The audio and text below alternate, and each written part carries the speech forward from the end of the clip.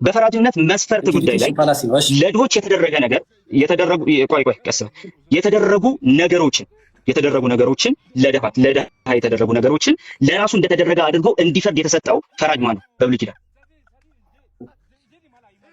ማለት ግልጽ አድርግልኝ፣ አልገባኝም። ሰዓቱን ያዝና ግልጽ አድርግልኝ። አይ በቃ ሙግት ምንም ነው ትራክ ያላደረከው፣ መግቢያው ምንም ትራክ አላደረከውም ማለት ነው። ሉክ ያው በብሉይ ኪዳን ልክ እንደዚህ ሰዓት ያዝልኝ፣ ወላሂ አያዝልኝ ሰዓቴን እንትን እያደረክ ነው።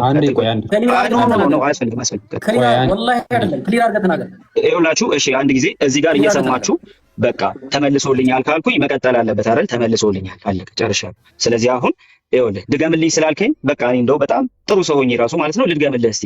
በብሉይ ኪዳን የፈራጅነት መስፈርትን የፈራጅነት ክራይቴሪያን በሰከንድ ቴምፕል ጁዳይዝም እና በብሉይ ኪዳን የፈራጅነት ክራይቴሪያን ለድሃ የተደረገን ነገር ለሱ እንደተደረገ አድርጎ እንደሚፈርድ ክራይቴሪያ የተሰጠው ማን ነው ነው ጥያቄ።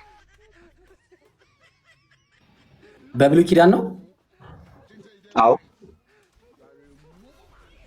በብሉይ ኪዳን ያህዌ፣ ከዛ ኢየሱስ በአዲስ ኪዳን በስልጣን ስለተሰጠው አለቀ። እሺ ይሄ ክራይቴሪያ ስልጣን ስለተሰጠው ነው የተሰጠው የሚል ማስረጃ አምጣ። ኢየሱስ የሐዋርያት ሥራ ማነው? ማቴዎስ ወንጌል ምዕራፍ 28 ቁጥር 18 በሰማይና በምድር ስልጣን ተሰጠኝ። አለቀ። እሺ ቆይ እሱ ጋር እንመጣለን ገና። ማስረጃ አምጣ አለዋለሁ። ማቴዎስን አመጣ። እሺ ማቴዎስ ወንጌል በሰማይና በምድር በሙሉ ስልጣን ተሰጠኝ ብሎ ይናገራል። በሰማይና በምድር ሁሉ ስልጣን የነበረው በብሉይ ኪዳን ማን ነው?